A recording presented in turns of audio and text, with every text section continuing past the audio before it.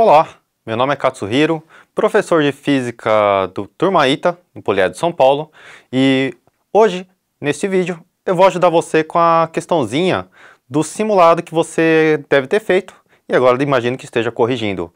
Vou começar pela questãozinha do movimento balístico. Então, teve uma questãozinha que um canhão lançou um projétil contra um veículo aéreo não tripulado e ele fez algumas perguntinhas, né?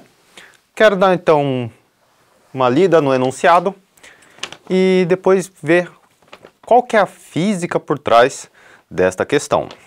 Então, o enunciado diz o seguinte: um veículo aéreo não tripulado estava coletando informações num território hostil quando foi avistado pela artilharia antiaérea do inimigo. Assuma que o Vant voava em movimento retilíneo e uniforme quando foi alvejado por um canhão. O radar da aeronave Origem do Sistema registrou as seguintes posições do projétil em função do tempo. Então aqui ele deu as posições em Y e em X em função do tempo. Isso no referencial do Vant, lá do radarzinho que está no nosso veículo, tá bom? Aí ele fala aqui, sabendo que a velocidade da aeronave em relação ao solo era de V, e que o terreno nesta região é perfeitamente plano, pode-se afirmar que... Maravilha! Então, aqui, essa velocidade é a velocidade da aeronave em relação à Terra, e essas posições em função do tempo é do projétil em relação ao nosso veículo antiaéreo, tá bom? Nosso Vant. Então, olhando as perguntas aqui, a gente percebe que há duas situações possíveis. O projétil atinge a aeronave ou o projétil erra e ele vai cair a uma distância à frente. Então, vamos identificar se esse projétil vai atingir ou não o Vant. Para fazer isso, eu vou pensar o seguinte: se o projétil atinge a aeronave, ele vai ter que passar justamente por cima do radar. Mas o radar está na origem do sistema. Ele é o referencial para essas coordenadas aqui.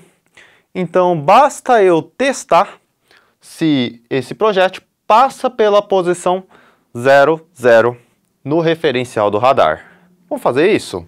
Então, para resolver esse problema, eu vou garantir que o projétil está na mesma vertical da aeronave. Então, eu vou falar que o X aqui é 0, então ele vai ter que estar necessariamente nessa direção aqui, na mesma vertical. Se o Y der positivo, significa que o projétil passou por cima. Se o Y der 0, significa que ele está exatamente em cima da aeronave, então atingiu. E se der negativo, é porque ele passou por baixo, tá bom? Então, eu vou fazer esse teste. Vou resolver primeiro em X. Então, o X' está aqui.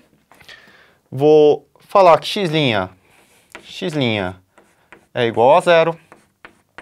Disso a gente tem que a posição 1440 menos 240t é igual a 0. De forma que quando eu isolo t, eu vou obter 6 segundos.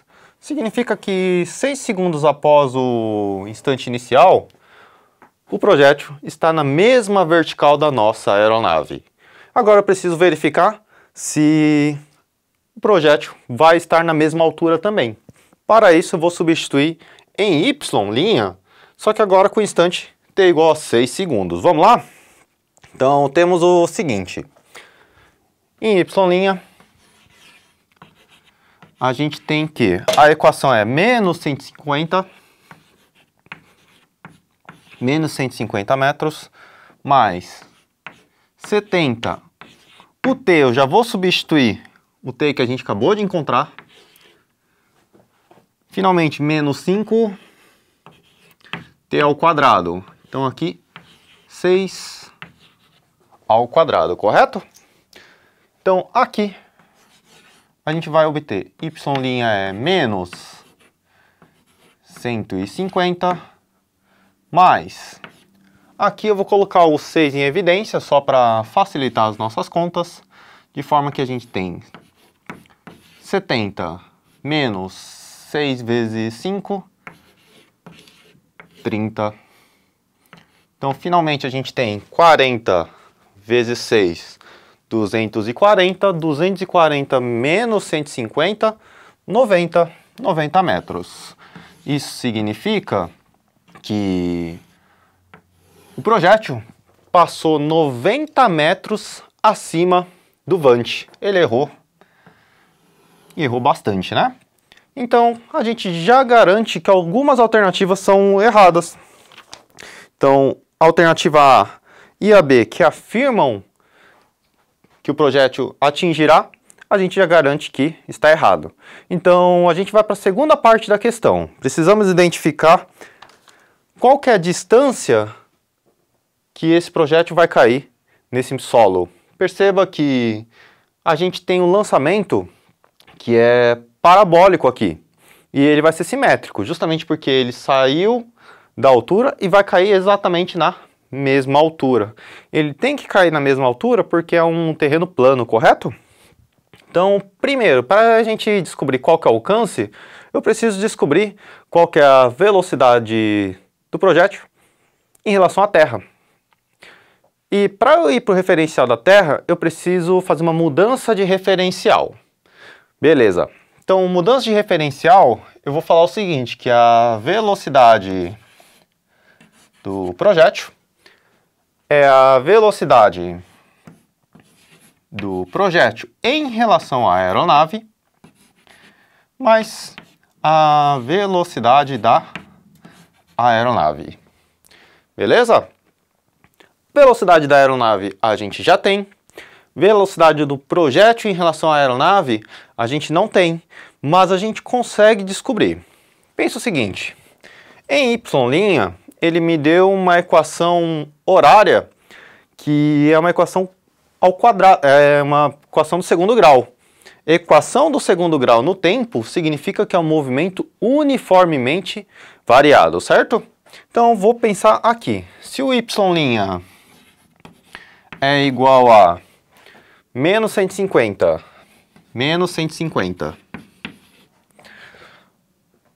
mais 70t, menos 5t ao quadrado, eu percebo que esse cara aqui é um move, então esse cara aqui é o nosso y0,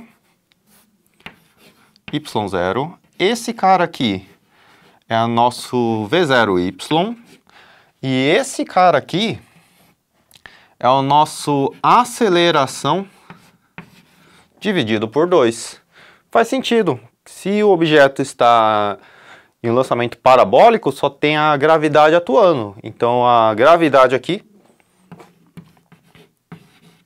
está sendo considerado como menos 10 metros por segundo ao quadrado. A velocidade inicial aqui, em y, então, é mais 70 metros por segundo.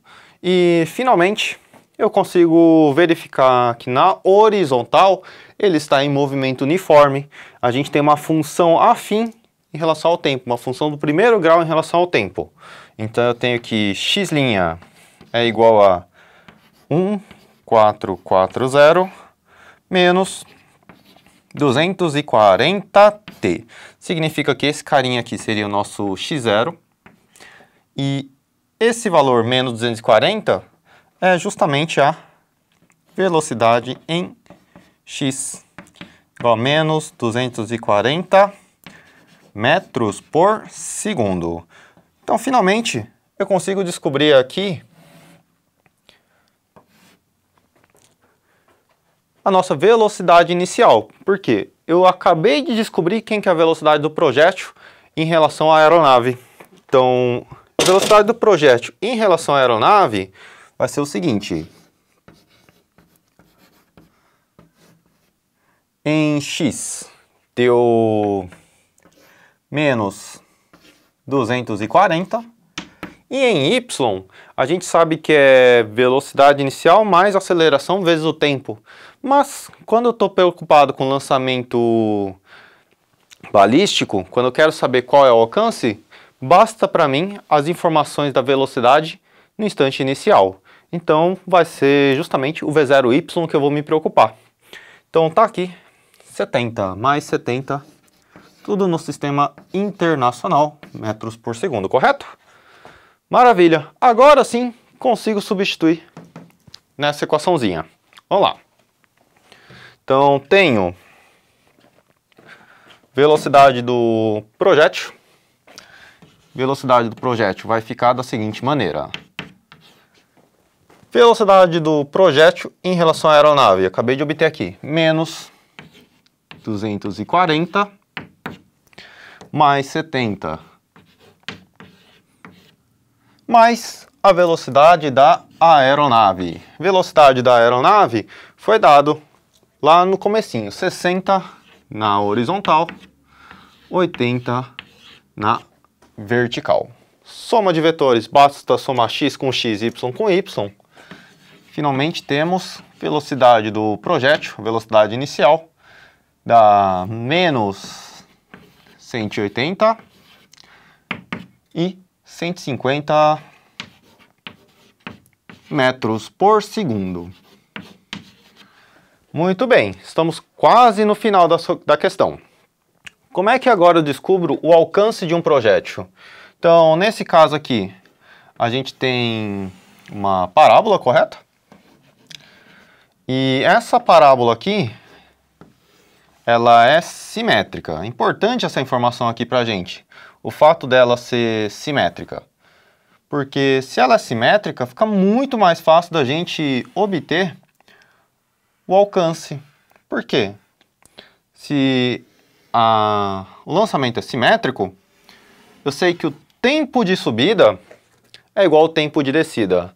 Então aqui está o meu tempo de subida e aqui está o meu tempo de descida. E eles são exatamente iguais.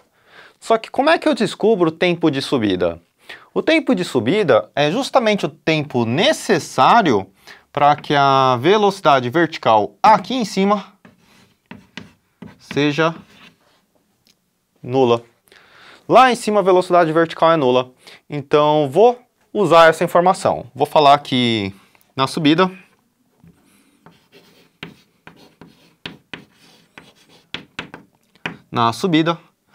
Vy é V0y mais AT. Vy lá em cima, no ponto mais alto, é nulo. V0y, a gente acabou de obter 150. E a aceleração da gravidade foi justamente a aceleração que a gente obteve aqui. Então vai ficar menos 10 t. De forma que o tempo de subida